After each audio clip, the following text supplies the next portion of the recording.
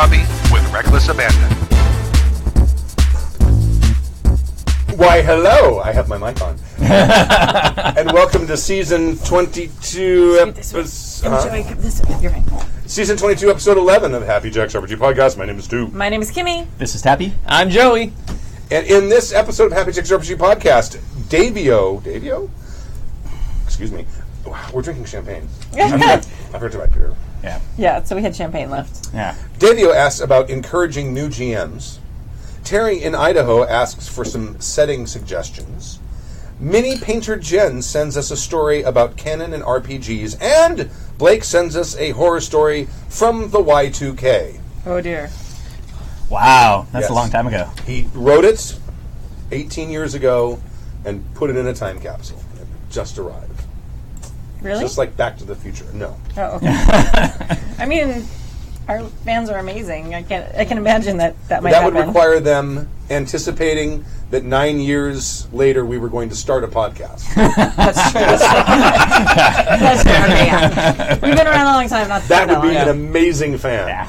That would be. Yeah. If you would like to email us, you can email us at happyjacksrpg@gmail.com. That's happyjacksrpg@gmail.com. We love them emails. We do. And how? And we're on social media. HappyJacksRPG, all one word. And we're on several of them. We're on Facebag and Twitter and Instagram. Orchid? The Facebooks, no. Facebook. I said Facebag. No, you did. And on Facebook, though, we have a page and a community. a community and a page. So, Right. And we have a A forum. pool and a pond. Yeah. What? And we have a forum. Yeah, the forum. Yes. Forum. Yeah, forum. HappyJacks.org/forum. Yep. And we have a Discord chat. Yes. Is it HappyJacks.org/Discord? Yep. Man, that stuff's awful. Yeah, Yeah, it's not the wretched. best. Wow! Really But bad. it's cold. It's Yeah. cool. Ish. It's like if you poured turpentine on a shag carpet and then licked it. Yeah. Yeah. It's very astringent. Yes. Which is not what you would expect from any sort of wine sort of thing. Well, I would from some places. Maybe Bigfoot Bubbly, that's their selling point, is it tastes slightly like spilled Well, it does say turpentine. their most awarded sparkling wine brand. Yeah. The Other than award awarded is for. tastes like most astringent. 6 years running. Could be. Yeah. And in what, like 2.5, 3 weeks? 3 weeks? In 3 weeks, yeah. 3 weeks. We've got Strategicon, Orcon? No, Gateway. Gateway 2018. August 31st, September 1st, 2nd, and 3rd at the LAX Hilton Hotel, strategicon.net. If you want information about that, we will be there. Are you going to be there? I'm going to be there. Maybe there? I'll be there. You're going to be there? Yeah. You running games? Not yet. Actually, there's a reason why I wanted to read the first email, and it goes into All that. right. Kimmy said she was going to GM with me, and then I emailed her about it because I was actually on top of something. She said, no, I don't do that. I believe that I'm like, oh. Because she said to me, she's like, you never prepare, and I'm a control freak, so it's perfect. I'm like, yeah. So I mentioned her, she's like, no, I'm too much of a No, control that freak. sounds like a recipe for disaster. I was honest. I really thought about it. Well, my other problem is I procrastinate. So I'm a total control freak, but for like the 24 hours before the con. Friday night, she's a control But freak. I won't be there to control anything. You just control it. And you come in, this is what I prepared. And I'll be done and done. Right. We so got it. Then why? So you're saying I should do all the work and let you put your name on it? No. I'm saying you should Yeah, there's do, some weeks of high school group projects. you should do a whole bunch of work, and then we'll both have a Flashback to hilarious college. time. Yeah. You're going to run anything? Yeah, sure. Okay. Pre-registration for games is tomorrow. Yeah. Okay. Noon. Oh God! I know. Then I'm going to have to do it. Just put something up. Jim's gonna kill me. I You told him didn't- I wasn't gonna do it this time, and I waited till the same. See, procrastinate. I do it. It's a thing. I was going Yes, it's tomorrow. I was going to teach a class on procrastination, but I never got around to it. Yeah, no, absolutely. Heyo. We can totally run a game if we plan not to plan it.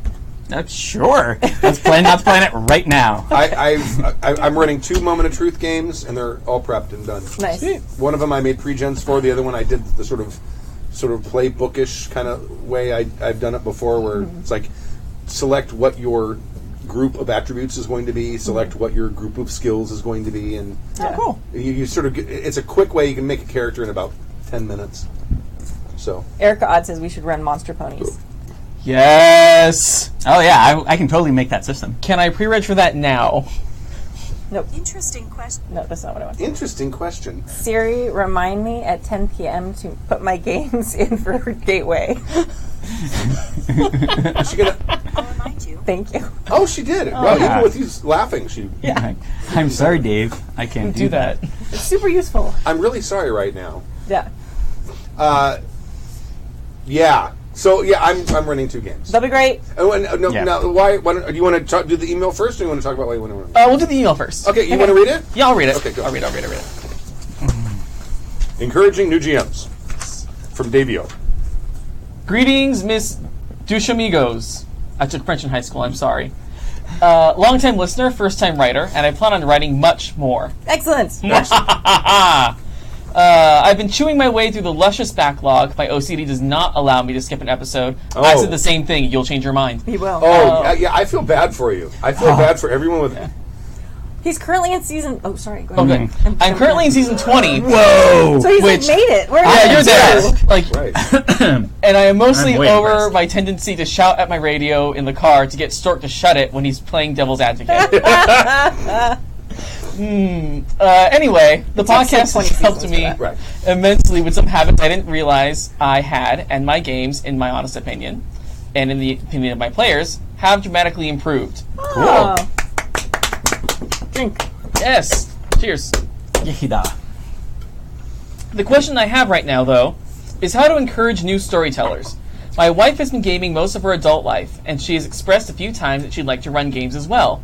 However, she admitted recently that she feels intimidated by our housemate Justin's skill as a game master, and by the games I run as well.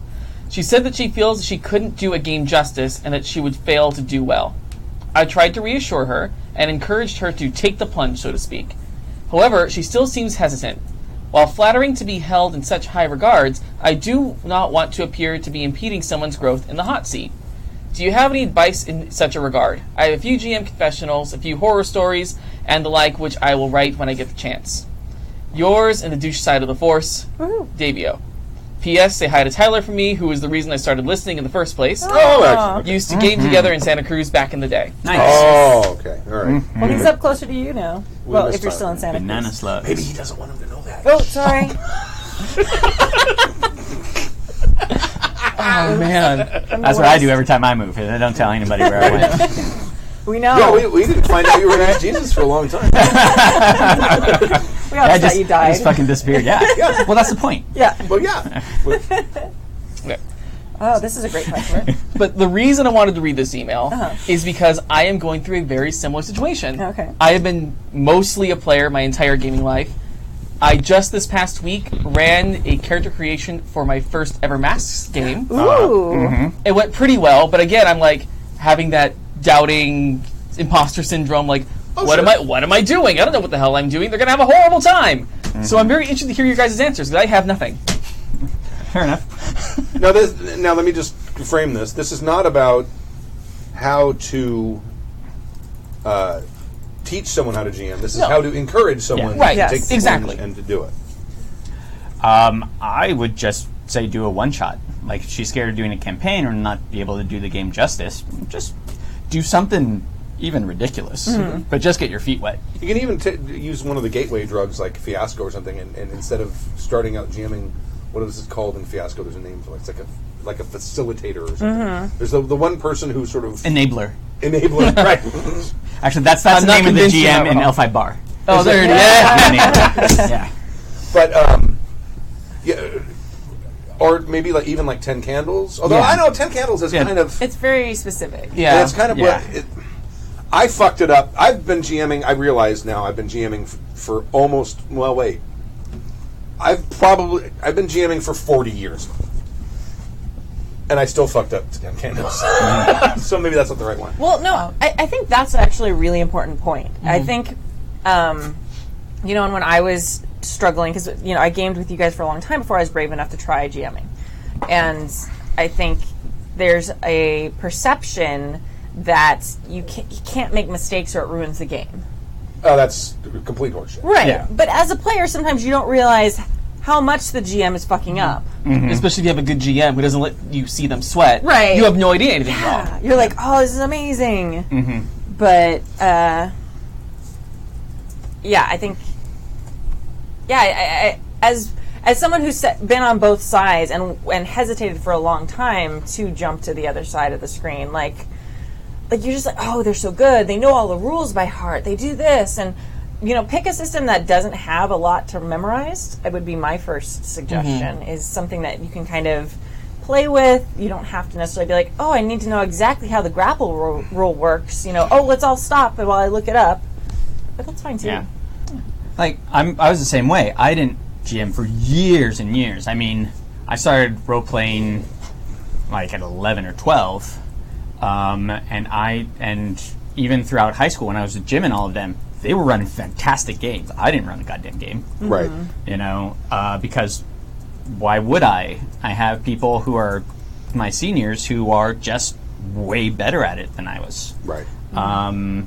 But it comes to the point when I started running games because I just wanted to play. And the creativity of GMing something is different than the creativity of playing a game. Absolutely. And once you get somebody to that first shot, they're going to do it. But yeah, I mean, something silly. I mean, if there's a game they really, really like, then I'm sure it can be intimidating, even if they know the rules backwards and forwards and upside down. Right. But even just a one shot of something. I mean, and make it silly, like do a thing like, oh, you take a hit, everybody take a drink of beer or something like that, to just kind of take the pressure off. Right. Or you could even, I mean, you could run, if there's a game that you're familiar with, great, run that. Even if it's something you're not familiar with, and you need to ask the really knowledgeable GM at the table about a rule that you don't like. It's like, I'm going to grapple him. I don't know the grapple rules. Bob, do you know the grapple rules? Yeah, it's this, and this. Most good GMs are going to encourage other people to GM. Yeah. Generally speaking. And also, one of the greatest cheat codes of GMing is have great players.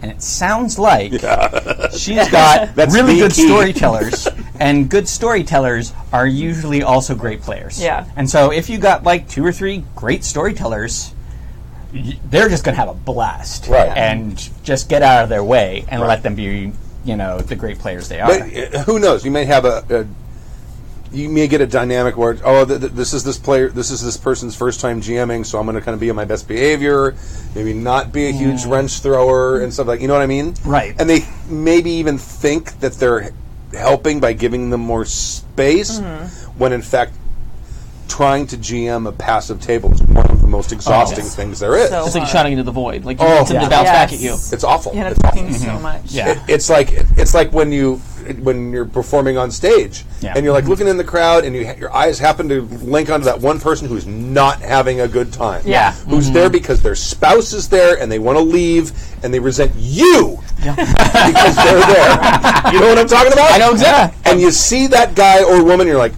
fuck. Yeah, and you can't not see them. And then you won't see anyone else. Right. You know what I mean? You know what's also funny? You bring up a really good point here. We talk for a long time about GMing tips. Yes. We don't often talk that much about player tips, and being a proactive player is one of the greatest things you can do for your game. Yeah. Yes. And it's one of the greatest things you can do for GM. Give yourself an agenda and follow it. Yeah. Oh, yeah. Don't necessarily cut out what the story is about. Like if somebody there's a dragon that's going to blow up this town. It's like, I don't care there's a dragon because I'm want to have it build an army and destroy that city-state. Right. Well, that's not so great. But yeah, proactive players who have an agenda want to do things. Especially in a campaign. Yeah. In a one-shot, but in a campaign, that's fantastic. It makes the GM's mid-game prep very minor. Yeah. I mean, my GM prep for the vampire game was... But when it got to the middle section, it's like, I'm not going to throw any more plot hooks at them because they're just so putting many pins things. on them. Yeah. And they're like, we don't know what to do. It seems too complicated to try to resolve this, so we're just going to ignore it for now. Well, that's what happens when you make a corporate mogul like the prince. And it's like, oh no, we'll take care of this. We'll manage everything. Like type A ourselves to death. We're gonna table that. Yeah, we're gonna table that. We'll send it to committee. Right. But I mean, if I was... That's how the Camarilla works. Yeah. It's 100%. Go ahead. Well, I was going to say, on the opposite side of the coin, like having a full table of really proactive players is awesome and amazing and my favorite thing ever. Kind of you were going on like that might be a lot for a new GM.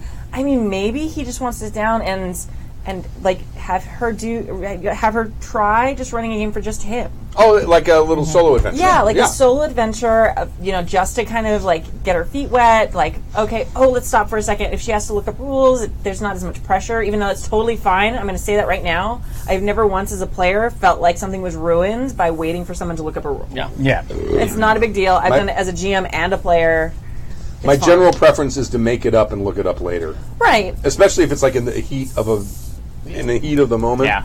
But that's because we're streaming and podcast no, recording. but even when we weren't streaming, Yeah. it's like, let's just do it this way. Yeah. Yeah. It seems fair. It seems balancey. So let's just do it this way. We'll look it up after, especially like in the middle of combat. And it's like, no. Grappling. I'm going to look up here. Always have the grapple rule written down somewhere. Or just read not to grapple. Yeah. Right. Nobody can grapple. But I definitely like the idea of making it as low stakes as possible and just having you be her one player for maybe like a little short introduction thing. Absolutely. Just to kind of see. I mean, GMing isn't. You know, it kind of is hard. But it's not.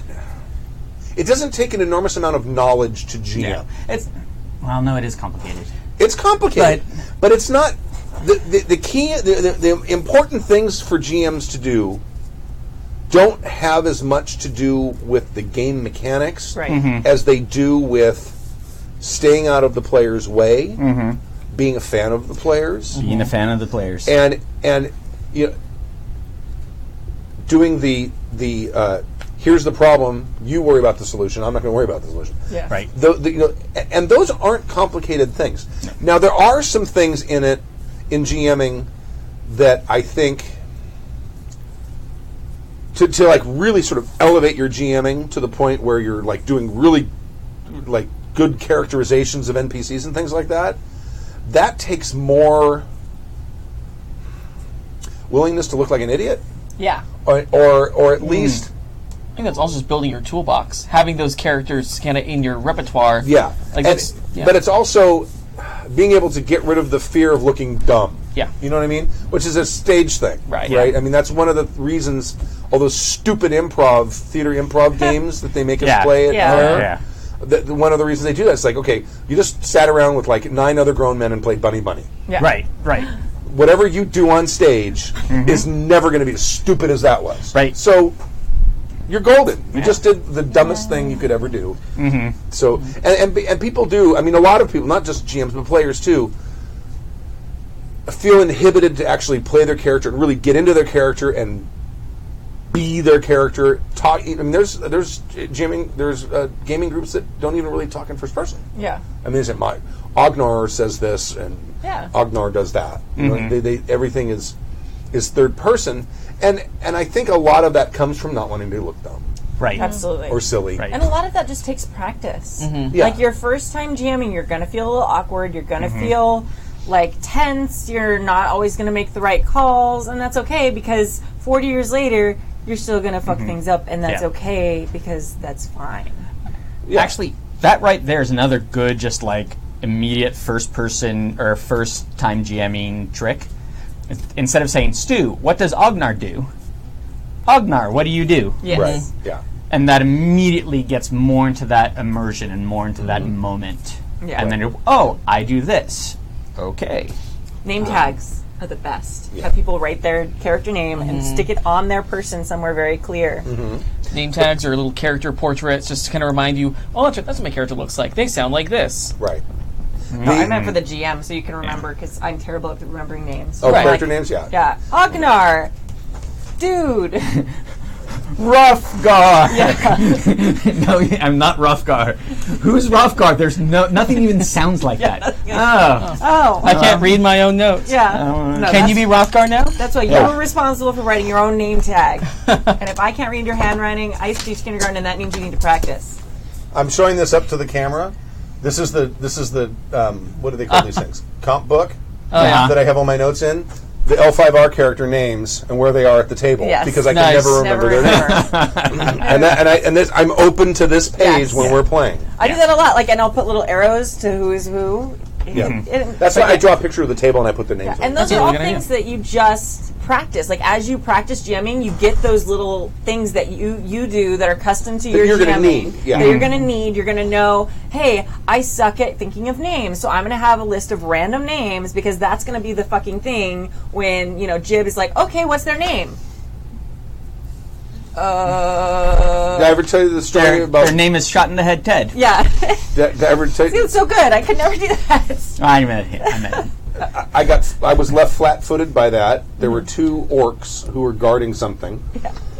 And one of the players, Yeah. it was either Brian or it was Fred. I don't remember which one. This is in college.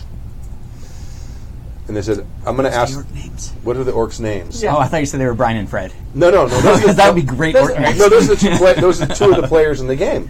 One of them asked me what their names were, and I'm like, Bonk and Donk Bong.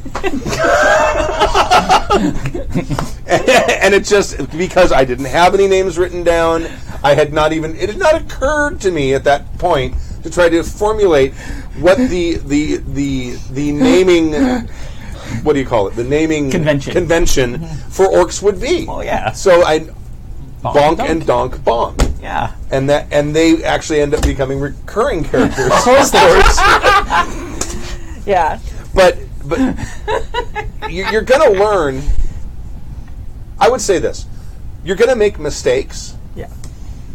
The amount of mistakes that you make during the course of the game, and the severity of the mistakes that you make during the course of the game, are for you to note and to improve your GMing in the future.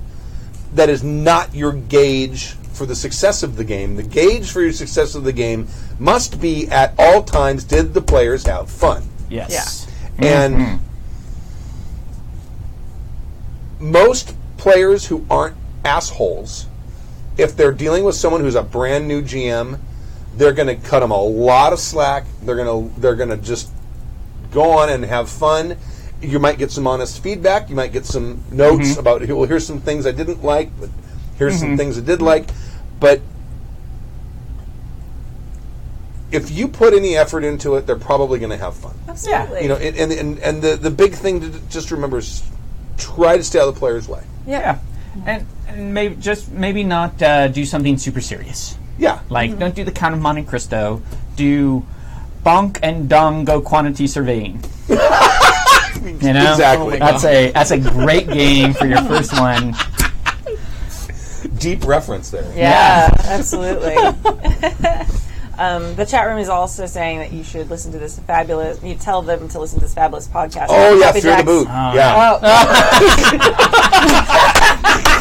Yes, Oh yeah, they're great. they are amazing. man. But also have her That listen gets to me our out of podcast. cutting lawns next week. But I really like the idea of doing a solo adventure first. I think that's And if she wants to continue it after that, yeah. use the same character. She already has a little bit of a backstory with whatever that initial adventure was, and then bring in one or two more players, and then just grow it organically, Yeah. basically. And that I think that's a fabulous idea, because that's the lowest stakes it's going to get. Absolutely. It's like, I'm sorry, honey, you ran a horrible game. I'm divorcing you. Yeah. No. No one has ever uttered those words ever. I guarantee you. No. We're gonna get a horror story. Right? That did you do, Ray? That actually happened. People make it up. Like how Yeah, Happy but- Jacks ended my marriage. And then it goes with, thanks, guys. Yeah. You're welcome. Yeah. I can't believe that dude left me because I ran a shitty I game. ran a shitty game. Girl, if he does that, like, Hey. yeah, at me and we'll fucking talk, because Yeah. that's bullshit. He can do that. No, he won't. There's no way. There's no way he's writing. He in cares for enough her. to write an email Yeah. to us to get advice on how to encourage his wife to wife, girlfriend? Was it wife? Wife. Wife. yes. Okay, all right. Yes. Yeah. All right, too late for my other advice. Go ahead. Also, Oh man, I remember that advice. You gave it to me. He has advice to everyone. None of us listen. I do. Sometimes at weddings. Yeah. I have to have a few in me, though, to do that. Also, I mean, I don't know anything about your gaming group, but if there's not a lot of women, or if she hasn't been exposed to women GMs, that may also be kind of a point of nervousness too. So have her check out our streams. We have lots of awesome women GMs on our streams, but there's a bunch on the internet. Like, have her reach out and Max follow. run a couple things. She ran a werewolf series. The Razor Ridge. And she's run a couple Well, she's running right now. She's co-running Monster Hearts. She's that's co-running right. Monster She's running Hearts Monster Hearts right now. Yeah. And she did a one-shot. I've done a bunch of one-shots. You just did a one-shot last Saturday. On Saturday, yeah. That was a blast. It was a great game. Yeah. That was a lot of fun. So maybe, like, have her check that out. Just it helps. And you with haven't confidence. GM'd a lot. No. I mean, I've done a ton of one-shots and a ton of con games. Right. Oh, man. And I cannot wait for you to do a campaign. I know, me too. It'll happen eventually. Right. Yeah. And that's a totally different animal. Yeah. I just think it's easier. I think Yes, it's easier. it is too. easier I to think run a it's campaign. much easier. 100% easier. You can spend that whole first game just getting to know things. Yeah. Right, exactly. And that's one of the things that happens with PBTA is your first thing is like in Apocalypse World, the first game is supposed to be, let's just hang out where you guys are. Let's just get the gist of what's happening. We're going to have a normal day. It's Apocalypse World, so a normal day sucks. Right. So, like, where do you live? Where do you start out? You go into the bar, and then you have a fight. Somebody walks in with a gun, or there's some sort of disagreement that happens. But just kind of like get to know the characters. Characters get to know each other, and and that's it. Like, that's the entire first game. Yeah. So I think that's fine. Plus, your prep as a GM once the game gets going becomes very, very minimal. Yeah. Tiny. Yeah. Well, and your confidence builds as you know the world. Yeah. You don't have the pressure of coming up with all that stuff. You're just you've lived in it enough to be able to improv with more confidence. Well, yeah. I mean, like you with that one shot you just did. Just where do you want to be? New Orleans. All right, this is now New Orleans. Yes. And everything changed, had this New Orleans feel to it. And then it was fine. It was great. And the city stinks a little. Yeah. It's New Orleans. Well, it kind of smells like piss and vomit. Yeah. Yes. And that's why you have And then Google. like bog. Yeah. Yes. And bogs reek. Actually, that's a really good suggestion, and it's something we do a lot. Not the city smelling bad, but picking like a real place to run your game. Oh yeah. Like or something that you're really familiar with. Yeah. Like what city you live in, the nearest city, someplace you spend a lot of time. Because then, as a GM, you're worrying less about making stuff up and more about like what's happening with the game. And you're like, no, I know there's a park over there, and it's Springside Park or whatever it is. Right. That actually happened with the Fallout games.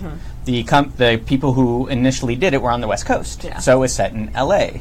Or even like the later one that they did was like in Las Vegas, which is still Bethesda. No, Bethesda is the second company that got the rights to it, and that's why they're all on the East Coast because Bethesda is in Bethesda, which is like Maryland or some shit like that. Oh, okay. I'm probably wrong. Somebody's gonna be It's angry fine, with me, it's okay.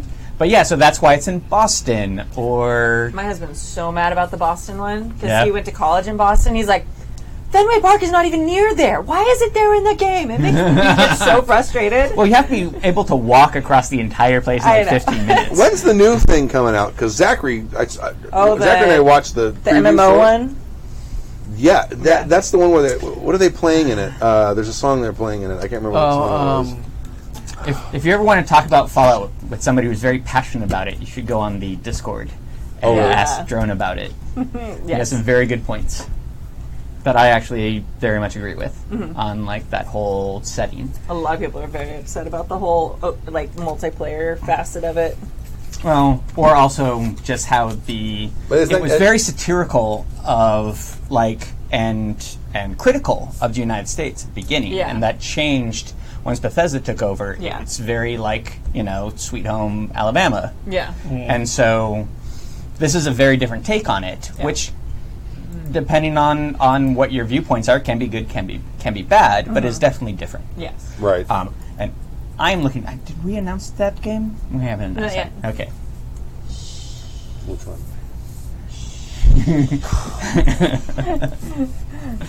All right. Have we? Haha! I did beat something the I wasn't horse? supposed to. Yeah. So I Which think game? No, I don't know. Which game? Well, in a couple weeks, You'll know. Jason, he doesn't know. He's just pretending.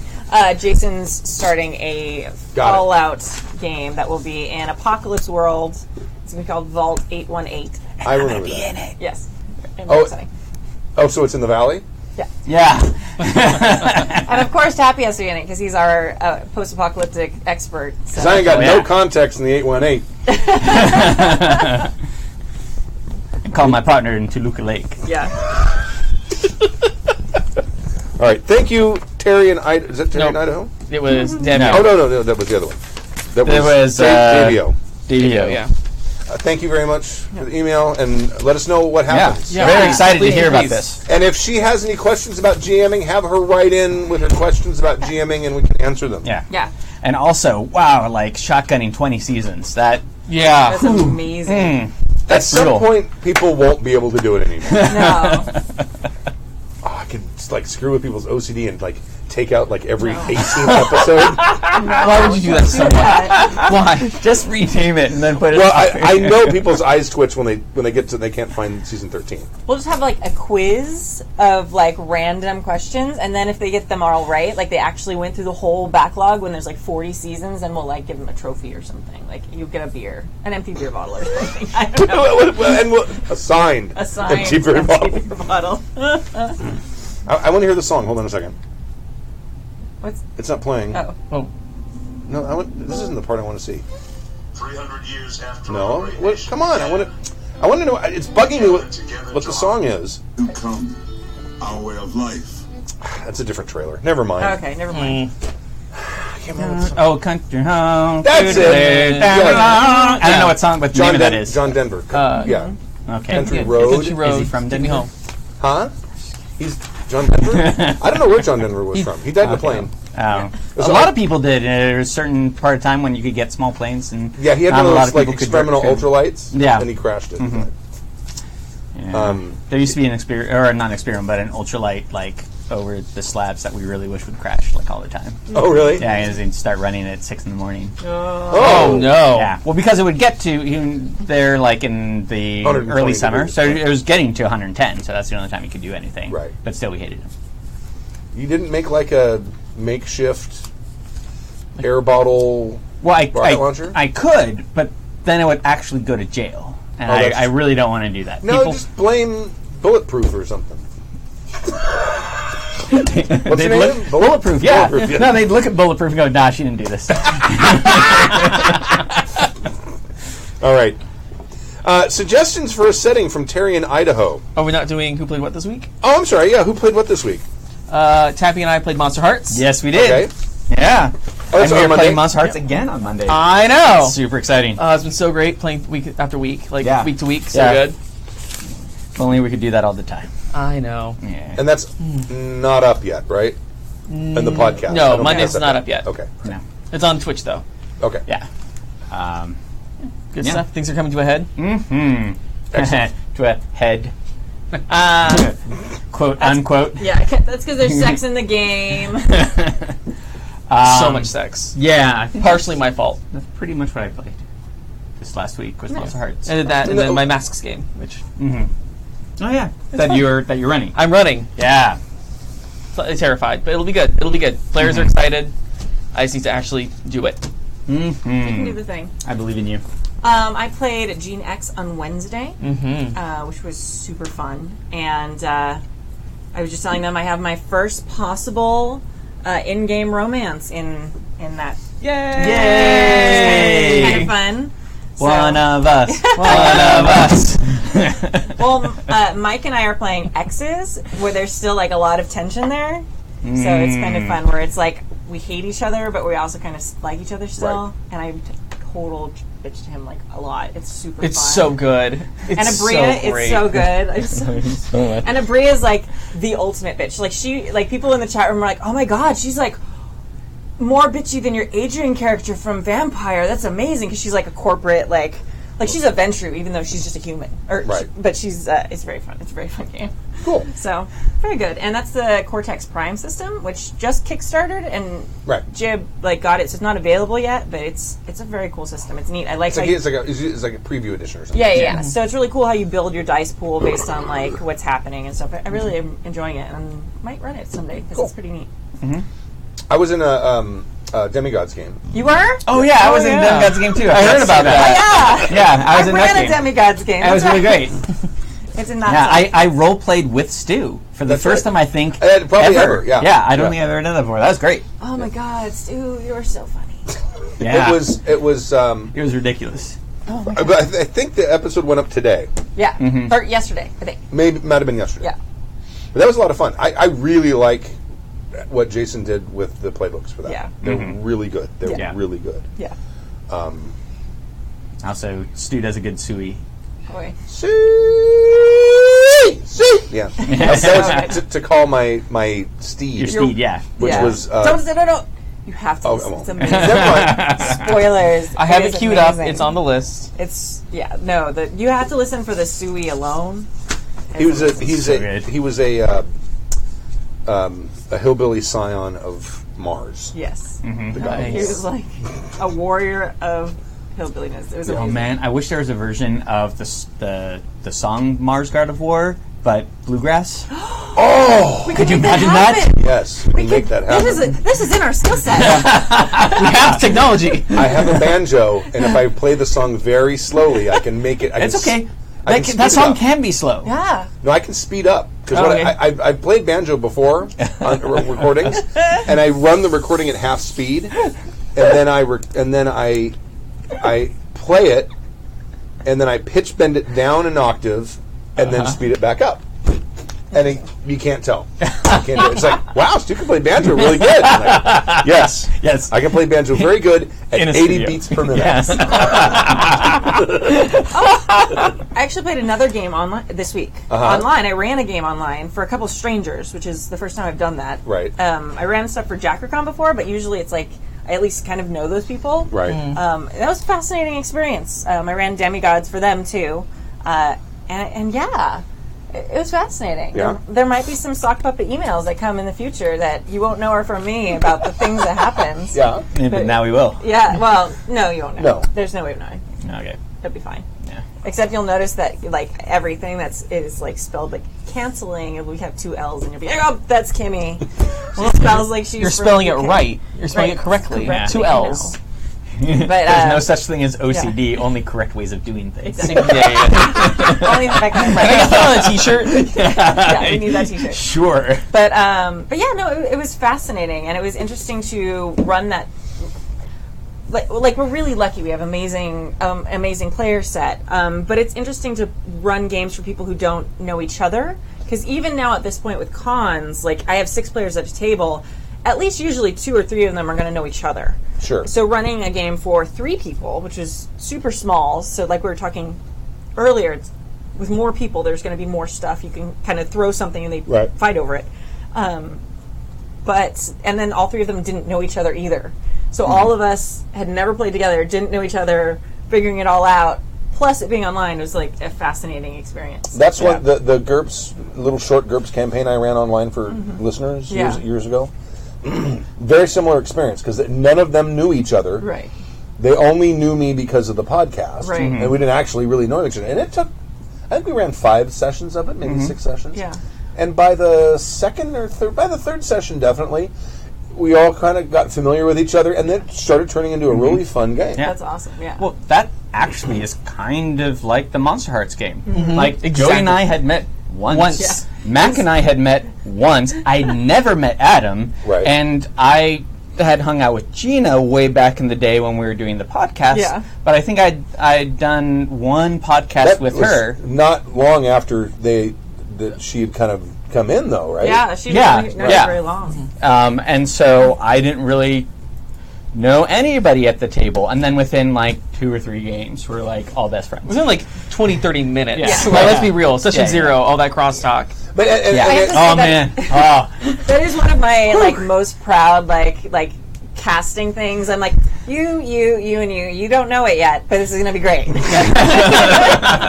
And now we're obsessed. Yeah. We are obsessed with each other. Excellent. Any other games? Anything else? No. Going once? No. Going twice? Solid American. We're obsessed with at least one person. Yes, a little bit. Maybe one person more than the others, but fine. that's fine. We're all fine here now. How are you? How are you? I think I would like to try some of that. Please. No. I don't like dark beers. Yeah. The tequila? The tequila? You're going to mix the tequila with your bad champagne? No, the bad champagne's gone. Oh, okay. Yeah. Oh, there's Yeah. hardly a shot. Well, No, just that's- take... That's a like shot. about It's a shot and a half. That's a shot, yeah. Ooh. And let's see, we have L5R coming up on Sunday, L5R is on Sunday. which is super. We're going to have Eli. Eli. Yes! Is going to be subbing for. Well, he's not subbing for Dave, but he's Yes. going to be introducing his character because Dave can't make it. Yeah, and Eli is like an expert on the L5R Yeah. system too, so he's gonna. And that's also part of Yeah. that same gaming group. Eli, Right. Eli's another one of that Right. old gaming group of mine. Yeah. He's going to be playing crap. Yeah. Because that's the. He's gonna set Stork and I straight. That's gonna be amazing. And there'll be 3 crab and former crab. yeah, well, it'll be 2 Yeah. former crab and 1 actual crab. Right. It's gonna be fucked up. Poor Jim. That poor crane. Oh no. Oh no. I can. Oh, Jim's so good at it. Yeah.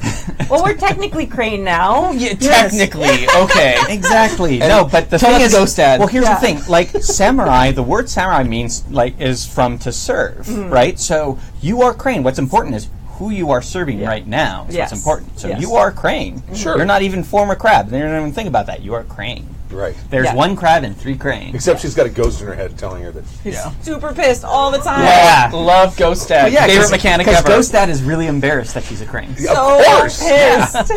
God. So good. You are like the froofiest kind of Yeah. samurai there could ever be. I.e. the best. Yeah. But I What do you mean you're quitting football to join musical theater?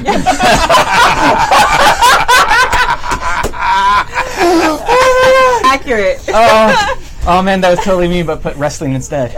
But you can tell Jim's history with the game because yeah. what is the courtier family in crab? Is Yasuki? Yasuki. Oh yeah, the Yasuki crane, the crab crane war.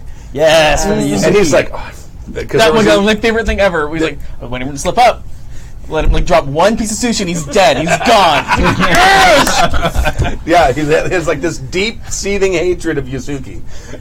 I'm like, and I didn't know it. I didn't know it. I made the Yasuki daimyo who was in Mantis Lands, and We had to ask them for help. and then she said, "Well, I'll take you, but I want my son to go with you in case something happens with this." Because if even they figured probably even crab courtiers are going to be better dealing with Shadowland Taint than right. fallen crab crane. Womp womp. He'd have just killed the things. We don't get rid of the stuff. Like, those are the nerds of the crab clan, man. I love the Yasuki so much because they're the ones who are are the ones who trade, do commerce, right? So in my head, they're the used car salesman of Rokugan. You can get so much Shadowland taint in this thing. All the things. No Shadowlands taint whatsoever. I don't even know how you're asking me. I like your offer, but let me go check with my manager in the back. Oh, man. All right. Suggestions for settings from Terry in Idaho. How many role-playing game people are there in Idaho? I'm kind of curious. Do you have a large group of people? I'm asking Terry. Oh. Because I've driven through Idaho when I was in Boy Scouts on the way to the World Jamboree in Canada. And we didn't see much. I mean, there's a lot of land. We stopped in one small place to get something. I don't know what. I don't even remember. It was a long time ago. I was a kid. But there's a lot of empty space in Idaho. I mean, there's a lot of empty space in Idaho, and I would be curious how many gamers there are there. But doesn't that mean the people who were there are probably bored, and therefore might? That's my thought. It could be. It could be. That's why I'm curious. I'm curious because I mean, what's his name? The guy that runs TsunamiCon, the Prismatic Tsunami guys. Yes.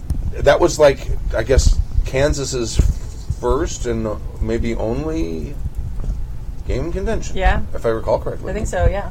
So I'm curious about how many games are there. I'm just curious. I like asking people in other places questions. Yeah. It's one of the things I do. It's his trick to get you to write back. And, yes, and I also Sorry? and I also like asking a lot of questions to Lyft and Uber drivers. Greetings, Jackers. Terry in Idaho here, wishing cooler temperatures for you and yours. Thank you. Please. Oh, please. It's been over 100 now for two or The last three- 200 years. 3 weeks, 80, at least. 80 decades. Yeah. We're supposed to maybe get some rain like next week, though. Well, except that suddenly, like, Everything's LA on is fire. humid. Yeah. So we might actually get rain in like 90 degrees like the rest of the country. What? Instead of like every time it rains, it goes down to 60, which is what we're used to. Right. Yeah. I'll Nope. take rain in any form right now because other than that, it's burning. Like, everything's burning. You are, like, I don't know, what, probably 2% of the state's on fire right now? Yeah. So yeah, a significant amount. I think Yeah. more is on fire right now than at any one time in the state's history. Yes. And there's like 35 wildfires or something. Yeah. The number is staggering. And one of it- them's like 100 yards from my dad's house, I'm just going to say. And, I mean, our sky has been yellow all yeah. week. Yep. It's okay, Ethan. Yeah. It's a mobile. Many GMs, like me, have a game that is their white whale. Oh. Lord me That, hearties. that dreamt of campaign they want to run, but are always chasing and never catching. Granted, listening to all of the AP's Happy Jacks produces has created enough white whale games for me to make Captain Ahab Aw. have a conniption. Actually, he says, I have a conniption. Get out. Ahab. Get out. Sorry, Ahab, a Fired. conniption. Fired. I am dreaming not of a white Christmas, but of a D&D 5th edition all-barred game. Yes, Yes. do it. I've Yes. done It's amazing. It's outrageous. Truly outrageous. I was in the game. Stork and Dave ran. What was it called? Unbartable. Mission Unbartable. Mission Unbartable. It was amazing. It was so good. The game starts with the group walking up at a crossroads. They have no idea how they got there or what happened, but all their belongings and money are intact and on their persons. If that opening sounds a little cliche, then you're right on track. They didn't sell their souls to learn to play. They pulled a Devil Went Down to Georgia and faced an entity on a bet of wealth/fame/power versus their souls and lost. However, it's too stereotypical for devils and demons to take souls. Thinking of alternatives, I looked at the Warlock class and thought, well, the Fiend can grant powers, and so can the Fae. And if the Fiend can take souls, Yes. got it. Nice. I'm 100% down with this. So in for this game. Yeah. Let us play. Yeah. I'll remote in. It's fine. Yeah, it's cool. they just fly to Idaho. It can't be far. It's far. It's fine. Yeah. Yeah. It's actually not that far. I think I've been to Idaho once. Sun Valley's in Idaho, right? No, Sun Valley's like just over here in the valley. Yeah. That's Sun City. No. You no. can walk there. No, It's Sun a- City's, no, it's a ski slope. Sun City's over by By Menifee. That's so much funnier if it's the one that's right here. Sun City. Yeah. I'm thinking of the one in South Africa. Oh, I don't know where that. You can't walk No, to wait, that I one. didn't go to the Sun Valley in South Africa. I didn't do it good there. It's No, Sudan Sun City. City. Oh, Sun City. Oh. Yeah. Oh, maybe I'm thinking of Sunland. You might. Never. Oh. Hi. I think I've been to Idaho. I'm taking the tequila away. I've been to Idaho. It's empty. No, that's the last I got. Yeah. So the quest to find their souls may lead to the underworld, but it will end in the Fae court. Nice. I see the Fae willing to take the souls of musicians to have an eternal orchestra. Perhaps one archfey with the domain of music who sees the PCs as the perfect music box that will never run down or runs out until it dies. I'm so into this. My God. However, I know squat about the court, its politics and machinations, the Fae entities within, etc., and I don't want to make carbon copies of D&D lore. I turn to you, Happy Jacks. What are some of the interesting twists that you might put on a court? Personages, themes, politics, etc. A toast to your podcast and APs, the hosts and players. Drink! Drink! Sincerely, Terry in Idaho. P.S. A sincere thanks to Jason for running a great Demigods game. The Bard game is my main white whale, but there's a Demigods campaign swimming around up there, too. And thank you to the wonderful people I game with. And thank you also to the wonderful people I gamed with, Kimmy, Nick, and Gemethist. Eddie the Reaper couldn't have a better group of friends. Yes. Jason ran an online Demigods game as a prize for a Twitter contest he did. Oh, cool. So, yeah, and it was awesome game, and your Reaper was amazing. Excellent. Super cool. So, ideas for filling out the Fae court. So start Brainstorming. by reading the Dresden Files. Okay, Yes. I'm done. I was also going to say, World of Darkness Changeling Yeah. has done all of your work more or less for you. Yeah. They have built that whole court system, the Seelie and the Unseelie court, to a way that you can just look at it almost like a bestiary and pull from that and make your characters from that. Would be my I've recommendation. got a copy of, I don't know if it's New or Old World, but I've never actually even looked at it yet because I bought it. So good. I bought it on a discount from what's his name over at Game Empire. Mm-hmm. He got mad when when White Wolf decided they weren't going to print books anymore; they're just going to do PDFs. Oh. So he sold everything like 85% off. Oh. I've never got to play a Changeling game, but I read the book a couple times. Right. I love Changeling. Oh my god, It's I great. love it so much. So that'd be my recommendation. Get your hands on that, get your hands on that lore, and delve and make your characters out of that. Yeah, when it comes to Dresden Files, I'm actually not really into that whole summer-winter court thing. What? Seelie, Unseelie, for me, are even less, like, binary. Like, they kind of gray over each other, at least how I like to think of Fae. But yeah, themes of, like, just look up different types of, like, myths about Fae creatures. Yeah. And then you start to get, like, some cool ideas. Like, again, in Changeling, there are knockers, which are underground Fae that they would believe they would knock when there's going to be a cave-in or something like that to help protect the miners. And so it's like, okay, well, what theme is that? Well, that's of rock, or that of gems, or gold and jewels, etc. And then just start to play off of that and move forward with that until you get some sort of like gold and silver and jewels Fae thing that maybe it's miserly, or maybe this is a thing of beauty, and start just figuring out what is important to these creatures. Why do they exist? What makes them exist? Why do they want things? This person of, like, having a music box that lasts forever, that's great when you're eternal. Oh, sure. Like, that's really important. And, like, a human soul can keep coming up with new stuff for all eternity. That's awesome. That's a great way to, like, have somebody want to go into the earthly realms and steal souls of musicians. So just like that. And the potential for that, especially, the potential for the sadistic nature of the Fae is fantastic, because if this Fae who owns this human music box might say, I want to hear sad songs, so I'm going to spend the next year getting the person I've ensnared to fall in love with me, and then I'm going to abandon them. So they can write sad songs. Yeah. Right? It's just the especially with them being immortal, they have all the time in the world to twist and do whatever they carve want. Well, and then I would even just go with that theme in general at that point, because that's really interesting. So you go like, oh, well, making flowers out of human souls. Right. And we're like, oh, well, I'm going to twist it in, and I'm going to clip it here and do it, and I would like this, black and red flower that smells of, elderberry or what have you. Oh, I'm bored of that. So now I'm going to do terrible things to this thing. Or even one who likes alcohol and turn human souls into alcohol. Into So you have to actual get them spirits. drunk. Souls And into spirits. Right.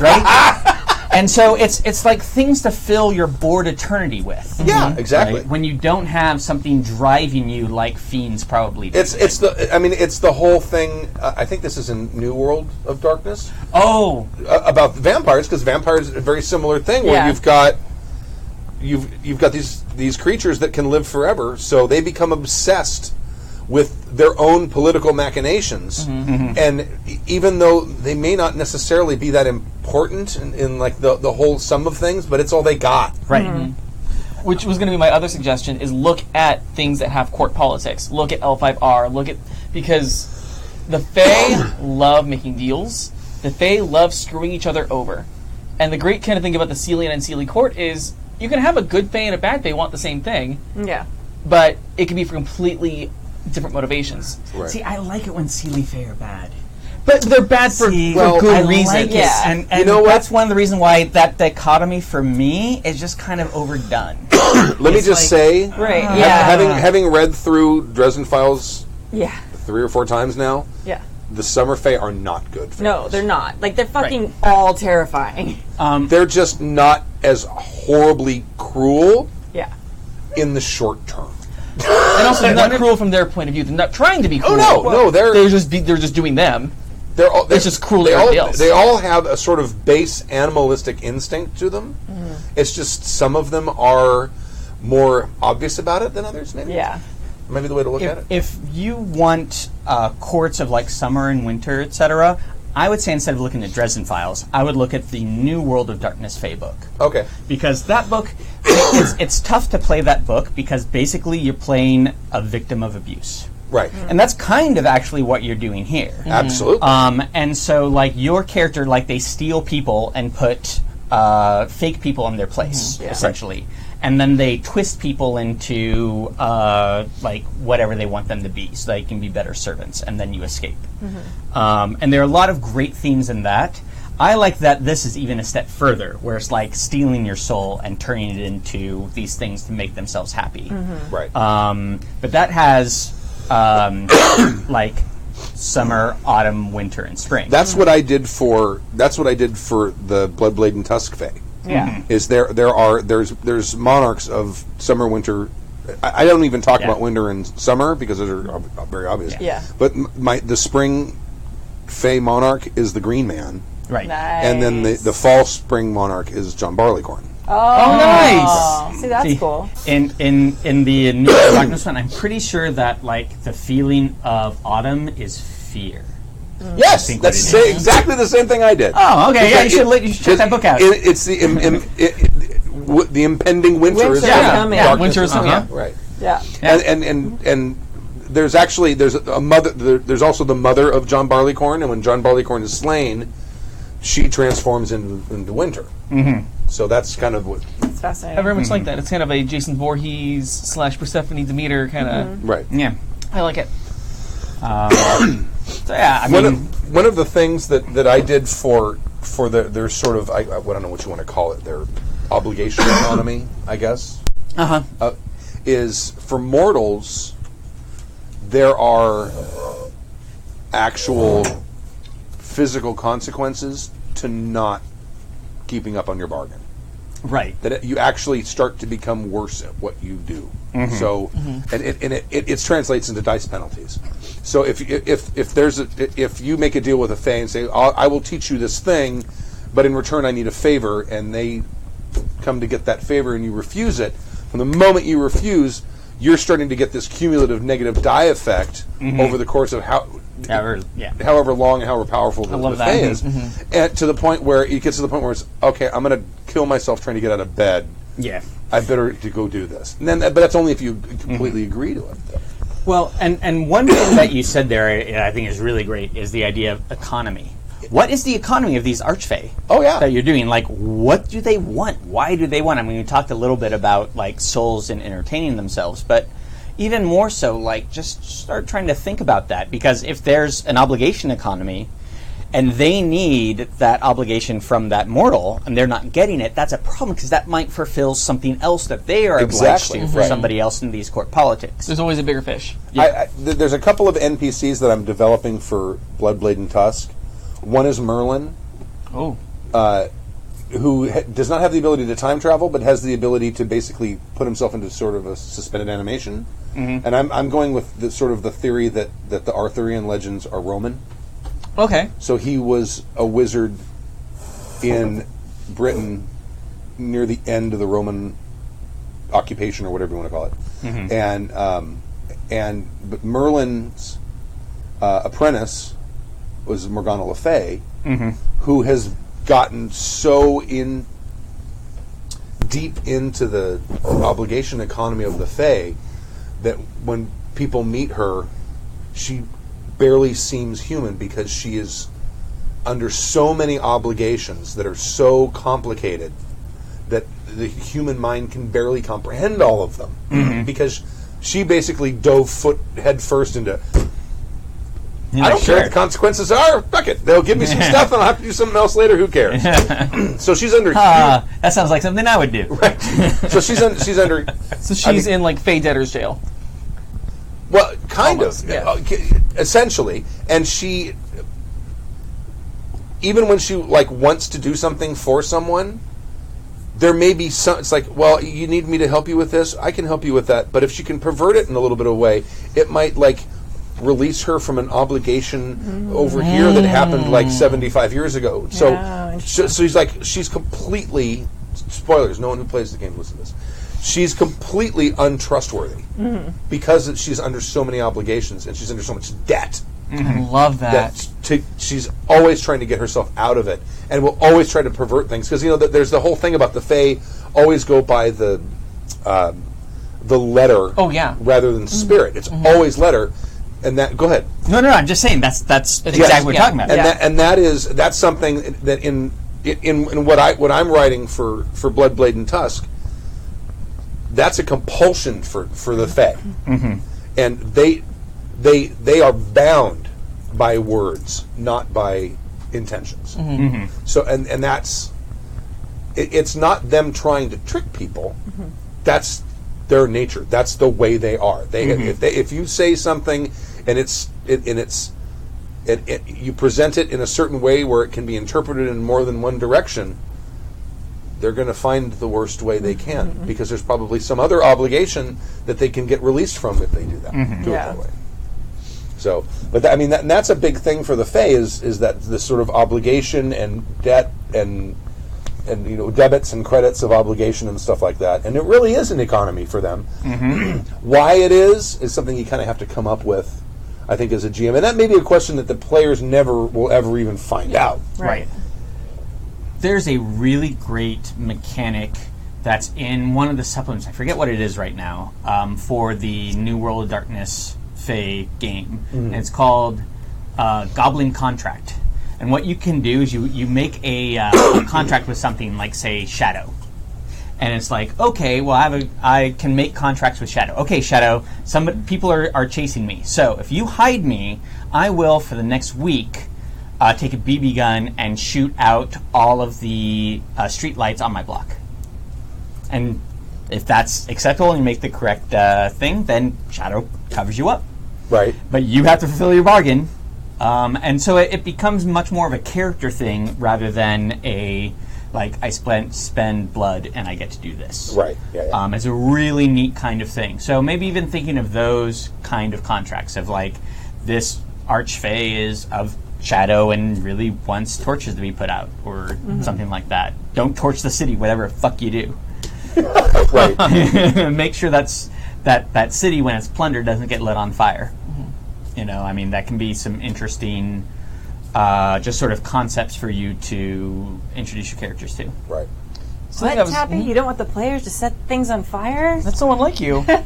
Well, I'm not saying that I would, but the Archfey might. Would you prefer them stab someone with like gardening shears? Yes. That's much more interesting than setting something on fire. Okay. I was going to say, if you're looking for ideas as far as ways to like develop your world, have whoever this Archfey is be unreachable at first. Make them have to go through lower Fae and have to make deals, obligations with them, so that at the very end you have all these things you're now kind of entwined into to get there. Oh yeah. Absolutely. Like, play into that court system. Play into that system of favors. Absolutely. Yeah. And let your players do the dirty work for you. Yep. Absolutely. They'll get themselves in their own mess. Accurate. Yeah, high five. But in the last Bloodblade and Tusk game, I introduced there was one Spoilers. Spoiler. There was a fake creature, and it's actually taken from like a 19th century book, Queen Aquarine, I think was her name, something like that. That's awesome. But it's from like a children's book from in like the late 19th century or something, and I'm like, that's a cool name for a character. Yeah. And so the party met her, and right away she's like, "Can you teach me how to do this?" I absolutely can. All I require from you is a favor.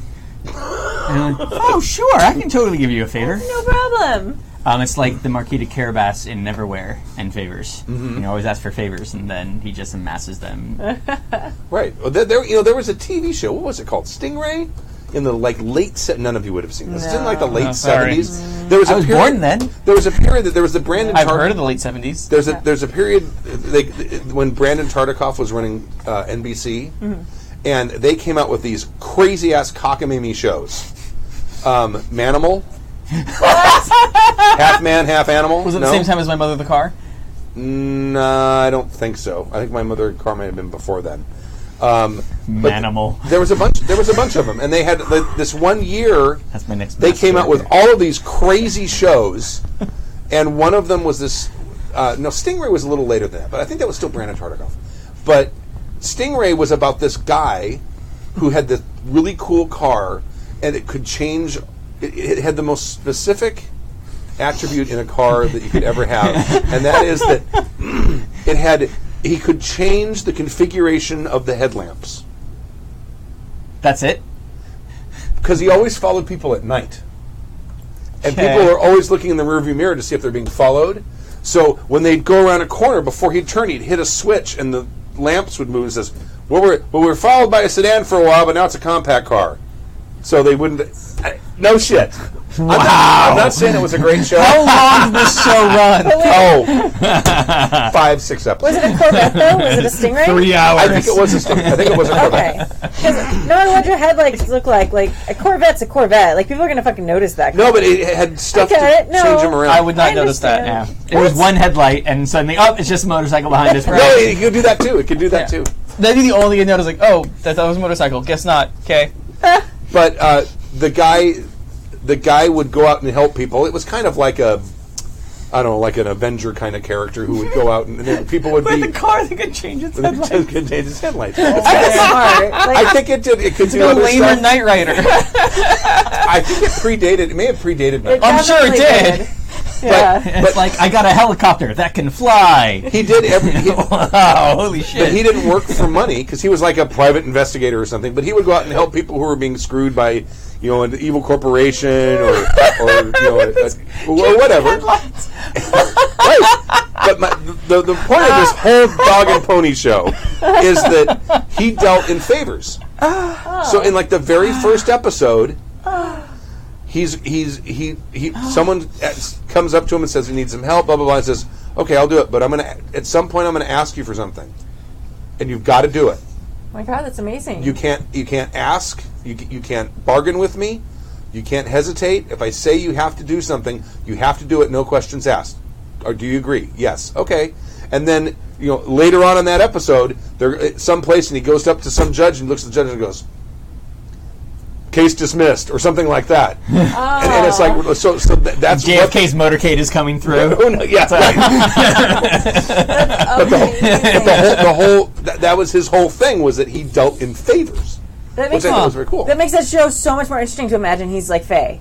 Yeah. Right. That actually is like fucking cool. Now I want to watch the show and imagine that the whole time. It wouldn't have been that cool. The show never would have been that cool. It actually have him have been a fairy? No. I don't know. With that mindset and the right amount of mead, that could work. That Yeah, it could. Yeah, if you Yeah. just assumed that. Yeah, yes. no, you just like that's your headcanon for Yeah. that. Right. I buy that. Yeah. And I believe the show was called Stingray. I think Yeah. the show was called Stingray. And I seen the car probably was, but I've never really been into cars, so. But I'm sure it was probably a Corvette. whatever. That would be really Isn't dumb. there a Isn't there a car Stingray called a car? Stingray? It's Yeah. a Corvette. It's It's a a type of Corvette Corvette. Stingray. Oh, it is. Oh, okay.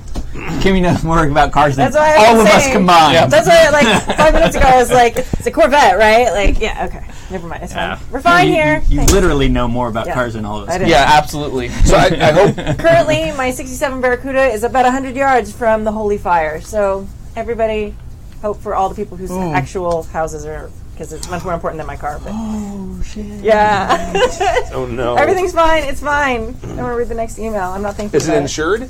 Yeah, I mean, but Yeah, it's but, a '67 Barracuda, so it's like, They're not really making more of them. yeah. Yeah. So I'll get. It's like it's. Is there time to get like increased coverage on it? Just tell them where it is. Oh yeah, it's fun. Hey, I got an idea, guys. Let's record ourselves talking about insurance fraud. That's a great idea. And then we broadcast it on the internet. Oh, Timmy, That's not where you put that entire briefcase of diamonds, is it? Diamonds! Diamonds burned up in the Happy Jack diamonds! Oh no, our diamonds burned up in the fire. What are we gonna do? It's right next to our bars of titanium. And our stocks and apple. No, the bars of titanium don't burn. All right, next My email. fireproof bear bonds! All right. Canon and RPGs from Mini Painter Jen. Hey, dude. Oh god. All right. Oh man, we are the worst at crime. You are. I think that's a good thing. Yeah. A few days ago, I listened to your most recent episode with a couple of guys from Fear the Boots. One of the things you talked about was running games in a setting with established canon and how to avoid the weirdness it can cause. I agree with everything that was said. My purpose here is not to rehash that conversation, but to share a story about the exception that proves the rule. What episode was that, Stu? Oh, that's got to be like 5-6 episodes ago now. Yeah, okay. Now, this is the one that Dan... Go back, and I think it says with Fear the Boot in the Yeah, I title. think it does. So, yeah. It was the late 2000s. Sci-Fi was still showing all Stargate all the time, and Stargate Atlantis was still playing. My God, I totally, binge streamed that last summer, all of Atlantis. It's pretty crazy. I binge streamed Andromeda, and I kind of regret it. Yeah. Oh. Why? Because you're out of it now, or because you are traumatized? Yes, Well, both. Did you ever see it? With I have seen Kevin Sorbo? I have seen exactly one half of one episode of Stargate. Oh, no, not No, Stargate. Andromeda. Andromeda. It's a different show. It's not Stargate Andromeda? No. Well, I haven't seen any of that. Okay, all right. Has it been in the last 6 years? No, it's Oh, no, it's like no, the 90s. no. It's like the Okay. 90s. It was Kevin Sorbo. This is a dress after Hercules. Yeah, it was the next thing he did after Hercules. I remember he was doing Hercules. I didn't watch that show either. I remember seeing ads for him in, a blue uniform. Yeah. Yeah. It was fun. You were 4 at the time.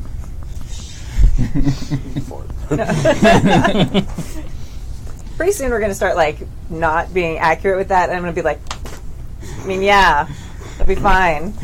I lost it that day too, Kimmy. Yeah, shut up. All right. Yeah, are you 13? Yeah.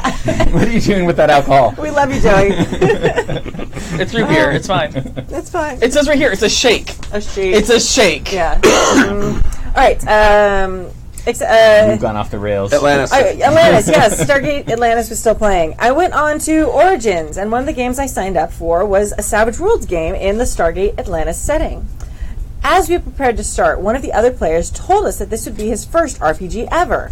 Not his first time with Savage Worlds, not his first time playing at a con, the first time he'd ever played an RPG. Apparently, he came to Origins for board games, and this year decided to dip his toe into the RPG pool and see how it went. Excellent. He chose this particular game because he just finished watching all the episodes of Atlantis that were available at the time Right. with his son. And so he was invested in the characters and setting. Mm-hmm. And this is before streaming, so tracking down all those episodes. Good on you. That'd be VHS or something, right? Well, They said late 2000s. This could be 2009. Oh, okay. So they'd have a DVD of it. How long did Atlanta stop running though? Like that? I thought that was. I don't know. But they used to do marathons on Oh, that's true. once in a while. Like when a new season would come up, That's true. they would play all... I don't know. From 98 to now, I didn't have a TV, so it's really difficult. Yeah. Debbie's not I the don't person know. to ask on this. Yeah, no. All right, it'll be fine. I'm sure it's fine. No, I'll find out. Okay. You're stickler. Use Now the we've Google, started Stu. it. Use the Google. Do a Google search. I'm Googling it. Okay. Final episode dated January 2009. So it could have been, yeah. Okay. Yeah. I don't We know had what- just started podcasting. Right. Yeah. We had. And I'm streaming, was streaming a thing then? I'm trying to No. remember. I don't think it not was. yet. I have no Like idea. Netflix was really the first streaming, and that was. I don't know, 2012 maybe. 2004 to 2009. Okay. So he probably had DVDs. Yes. There you go. At the Blockbuster. Okay. I gave away all of mine. yeah. Well, I lost them. The GM set out characters for us to choose from. It turned out we'd be playing the main characters from the show. Normally, I'd consider this a big warning sign, but in this case, it worked out great. We gave the new player first pick of the characters and told him to choose his favorite from the show. It turned out to be a great way to ease him into role-playing. He didn't have to worry about how to breathe life into a sheet of paper with some numbers on it. He just had to act like this character that he already knew. It was one less new thing for him to try and process. Oh, okay. The game worked out really well, and a good time was had by all. By the end, the brand new player was an RPG convert. Very nice. I think there were other things that helped contribute to the game's success. Everyone at the table were fans of the show and were invested in the setting and all those characters. Also, the show is very episodic in nature to start with, so it's pretty easy to throw a side mission for the team without losing the feel of the source material. Half the show's episodes were effectively side missions of some sort. So, as much as I agree that it's best to avoid intersecting with main characters and story arcs of the setting when you're using it in your game, once in a while it works okay. Mini Painter Jen. Wow, that would be really bad if I decided to play that game but didn't know the characters in the show, because everybody would be pissed at me for how I play one of the main characters. Yeah. That's why I personally always shy away from playing. Like, if you're going to Firefly and, hey, you can play Mal. No. I don't want to do that. No. Because there's a specific way I have to play that. But I can see how this works out for somebody, especially if you're a new player. Yeah, absolutely. And I think it's great that it was like Stargate Atlantis setting, like it's like right there in the title. Right. So I think if you were not interested in that setting, You wouldn't sign up for that probably game. wouldn't sign up for that game. Right. Yeah. I wouldn't sign up for that No. game. See, I wouldn't either. I never understood that because I thought the film in the theaters was terrible. I hated I it. did too, Really? but I was also like was fun. 7 years old, so I didn't get it. I've meaning to go back for it. Yeah, I just thought it was terrible. I never saw it. You didn't miss much. I watched it Right. 2 months ago for the first time. Really? Because my husband was like, you've seen all the TV shows, but not the movies. It's terrible. I was like, yeah. It's not Oh, so terrible. it's kind of like Is Buffy, it worth going where back the for, TV Kimmy? show's great, but the movie is... No, the movie's actually very good, and the Okay. movie sets. I liked the movie. I liked it. I didn't. I saw it in theater, and I kind of wanted my money back. Well, see, I didn't. It was free for me, so I had there a you much go. Well, lower bar. You did want your money back, but you got it. Well, I think the Even other if thing, he hadn't wanted yeah. your money back, you would have got it anyway. Well, I think by then I'd watched all of Stargate, and I've watched all of Stargate Atlantis. So, like, jumping into like that world, like I already knew everything that followed it, so Okay. everything made a lot of sense. You to weren't me. trying to figure the world out. You already No. knew. Okay. I was like, oh, wait till you see that guy who's surprised by that. Okay, Right. so Yeah, but it always sort of confused me why it got made into a series, because I'm like, I didn't like that movie. It wasn't very good. And I don't think it did very well when it was in the theater either. I don't remember. but actually the special effects hold up pretty well. I've seen it recently, probably within the last yeah, year. yeah. And it doesn't look like a cheesy period piece. No, No, it I was doesn't. surprised. I was like expecting it to look really bad, and I was like, oh, okay, because it's a lot of like miniatures and practical effects that still hold up pretty well. So Yeah. it's got that for it. Yeah, I guess for me, like, one of the things in role-playing games in general that I really like is problem solving and coming up with novel solutions to things. Sure. And I really feel like with a very established character that has been on TV for 5 years in movies and whatever, Yeah. I feel that there's a real limitation on that. Yeah. However, that being said, again, like, if you don't know how to problem solve in an RPG, or you're not used to just throwing yourself into a character, Right. Yeah, I think That's a good intro. Yeah, it's a great intro. Yeah, super good. Because I do think that like one of our favorite things is making like that different character, like coming up from the boots, like making the backstory, like figuring out they have a twitch in their left eye sometimes when they're angry. Right. Like all those little things are what we love. Oh yeah. But I think like for the first person, someone sitting down at a table for the first time, or somebody who maybe doesn't necessarily enjoy that part of it, like having that pre-made skin to walk into could make things a lot less stressful. I think a good kind of median in that is taking a character that's already kind of existing in the universe and just making them a character type and then turning it on its head. Yeah. The best example I can think of, one of my favorite characters I ever played was in the Star Wars Saga Edition game. And the DM was like, okay, so you can play Jedi eventually, but I don't want you starting off as Jedi. So I'm like, okay, I'll play a Noble. I know, shocking, I'm going to play a Noble. What? I know. Madness! But I decided... Talk a lot. So much. I couldn't help myself. This is my surprise face. I know. Spoiler for the podcast listeners, not surprised. But I decided that the character concept was, what if Obi-Wan had trained Leia instead of Luke? Oh, cool. So that was kind of my basis, my starting point, and it ended up being my favorite character I've ever played. He was That's so good. much fun and so different. I still had that to go back to, and I was like, I don't know how my character would react. Okay, well, what would Leia do? That makes sense. So much fucking better than Luke. Like, I'm just gonna say that. Yeah, he went down to Sashi Station to get some power converters. Yeah. Okay, I was gonna say too. Okay, like her whole Leia would never have said that. like Yeah, Leia would be. We were like, I want to go kick some ass. Take some names. Fuck you, Uncle. Fuckers. yeah I'm going. yeah. I'm gonna say And they're like, sorry, I'm too busy like talking to the Imperial Senate, motherfuckers. yeah. She's gonna like list. Okay, orphan had her adopted planet completely blown up. Had her like true love stabbed. Like never once was she tempted by the fucking dark side. Nope, not Yeah. once. Take note, Star Wars boys. I just wish Gary was in the last movie. I know. I love Gary. Gary should. It's a dog. Have I haven't told you my Carrie Fisher story. It's Carrie Fisher's dog. Yeah. Oh. Yeah. I haven't told you my Carrie Fisher No, story. I wanna I'll hear tell you Carrie that. Fisher story. I'll tell you after the podcast. It's a little long, but it's fantastic. She's the best. Yeah. But Also, anyway, in the Blues Brothers, Yeah. did Oh, very well. yeah. Like, that should be a character. Is Carrie yeah. Fisher in Blues? I forget what her name is in the movie. uh, In the Blues Brothers, Carrie Fisher's She's in character. don't know. Oh, I don't. What's his name? His wife, ex-wife. I don't remember. I don't remember either. John Belushi's ex-wife. Yeah. Yeah. I don't remember. yeah. That's my recommendation. If you wanted that middle ground, is take a character that's Mrs. established. Blues. There you go. Yeah. The former Mrs. Blues. Former Mrs. Blues, because it was Jake and Elwood, right? Yeah. Uh-huh. All right. All right. Thank you very much, Mini Painter Jen. Y2K horror story from Blake, or that could be Blake. Blake. Okay. Hello, There's no Blake. accent on the E. You're fine. No. It's Blake. implied. Oh, I see. Yeah. Blake. Blake, because Blake. it's good day. Good day. Ah, yes. Because it isn't even good day. It's good day. A horror story for you fine folks. I've come to the wrong place. System. 2nd edition Advanced Dungeons and Dragons. Oy. Setting. Desert of Desolation series. In the year 2000. Using 2nd edition rules, the group had miniatures, lots of cheap plastic dice, 3-player handbooks, and the Fighter's Guide and Thieves' Guide. The Thieves' Guide was where it's all about. Yeah. 4 of the characters tried hard to help each other in each task.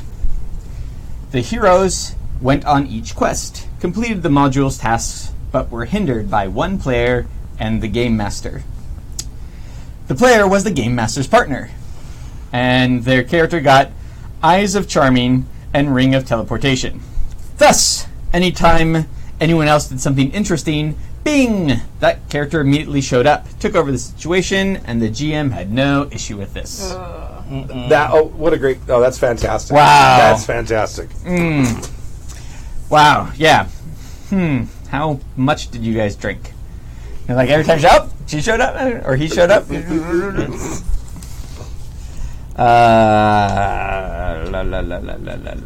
When the other players overtime, the other players would get annoyed in their interactions with the special player, and often did nothing because they didn't want to be overshadowed or interrupted. That's when your fingers get a little wrinkly. Yes, that's overshowered. That's overshowered. Prune out. Yeah. Fingerprints. Yeah. Fingerprints. Yeah.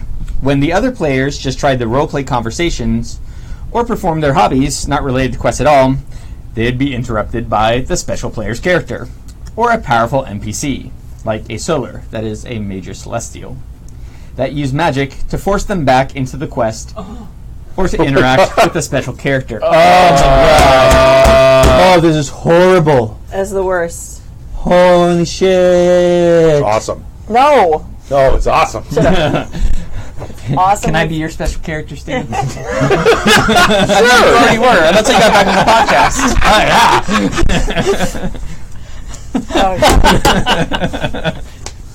Ready. All right. Here's your ring of invisibility. Your cock ring of invisibility? Oh, don't mind if I do. All right, Frodo, keep reading. And it makes your dick invisible.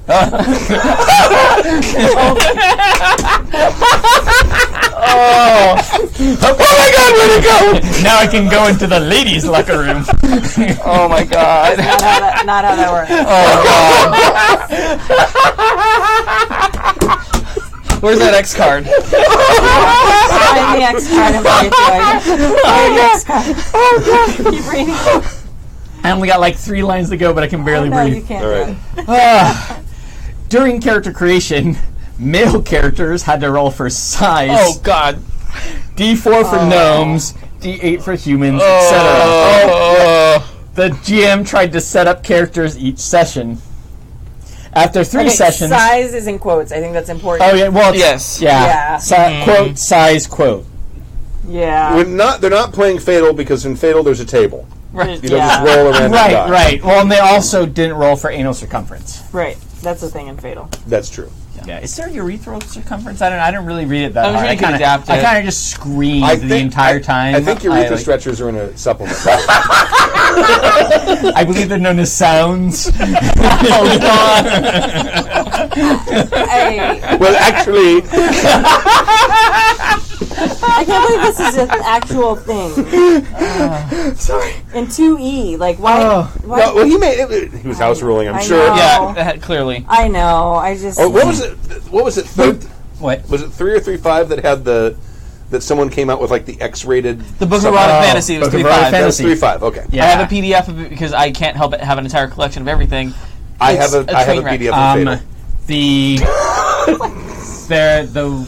I met the woman who was doing the PR for that book at a con, and she gave me a copy of it. Oh, no kidding. Yeah. You still have it? I think it's at my old. There's some very weird spells in that What? book. Clearly, No, for the Book of okay. Erotic Fantasy. there's like a spell like She was- all of a she was sudden this the punch, hair super follicles hot. on this person's body completely fall off. All of them? All of them. Wait, what? One of the spells is like all the hair follicles on this person's body will just disappear. Or there's one that's called Disrobe where all the things they're equipped with fall off. I'm like, that's not a bad spell. You can selectively do it because I don't want to lose the hair on my head. Right. Like, No, if I could body. change- No, but no. that's specifically body, not head. Okay. But like the Disrobe spell where like they lose all their equipped items, like that's not a bad spell. I might want to Right. put that in Yeah. the spell book. Yeah, I mean, like, oh, Sir Knight, blah, blah, blah. Oh, you don't have any weapons, you don't have any armor. That would take me a Wah, wah. lot of time if I didn't have to shave my legs. That would be amazing. I'm sorry. Keep going. Okay, so, after 3 sessions, 3 of the players never went back to that group again. It took them 3 sessions. Wow. No, those man. people are hardcore. Right. Yeah. Or they just really want to play. They're just really hard up for a game. Yeah. To date, it was the worst game in my 29 years of playing RPGs. I bet. Oh, yeah, I bet. The special character, wow. Oh, yeah. I love that. That's rough. Okay, I love that at the end, though. It's like, after 3 sessions, 3 of the players never went back to that group again. They don't say, I never went back to that group again. Maybe he's the GM. Oh, maybe. Or maybe he's a special The special player who's player? not, he's Special wised player. up. Right. I don't They know. fell out of favor with Or- their... Well, yeah, at least 3 players did not go back after 3 Right. sessions. Yes. Which means that maybe there were more that still went back. Those Yeah. poor people. We need to save them, Stu. They Well- might still be there. This is in 2000. That's Yeah. 18 years ago. 18 years ago, they're like, no, I don't need to roll for my size again. I don't think I understand how I've been playing Stockholm this Syndrome goddamn works, Stu. game I for wrote- 18 years. I already rolled. I wrote it down right here. The penis box. I got a 4 on my D4. Poor gnomes. No. It's girth that matters. Yeah, they roll I a don't know if it's length. Well, no. You don't No, know. no, It could no. be. It could be. They total roll volume. yeah. They roll 2d12 for girth. It's just when No! Bad Chappie! Bell curve. it's like a plate. Like a 5-gallon bucket. Oh, do not want! All right. Oh, God, they're never going to let me on this podcast again. Except for like 2 weeks. Except for 2 weeks from now. All right. I'm gonna call it. Yes. All right. You All right. should. Oh. Oh, God. Oh, man. Whew, that was bad. Program has been Don't want to play that one yet. Nope. Come on.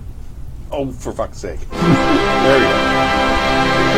It's all okay here. Thank you for joining us for season 22, episode 11 of Happy Chicks Overdue podcast. My name is Stu. My name is Kimmy. This is Dappy. And I'm upset. You should be upset. That's Joey. I'm Joey. Thank you very much, and we'll see you next week for episode 22, season 22, episode 12. Yes. Happy Chicks Overdue podcast. In the meantime, enjoy the actual plays. There's one tomorrow, there's one on Sunday, there's one on Monday, and is there one on Wednesday? Yes, Might there be. is one next week. HappyJacks.org/schedule. If you'd like to see what the schedule is, you can go there. It's there. Thank you very much, and don't forget Strategicon in 3 weeks. 3 weeks. Thank you very much. We'll leave with a song. Absolutely. Hero Pathfinder, fatal savage lands. Evil plans will be usurping. Though we could do with less burping, Happy Jack's podcast will be douchebag song.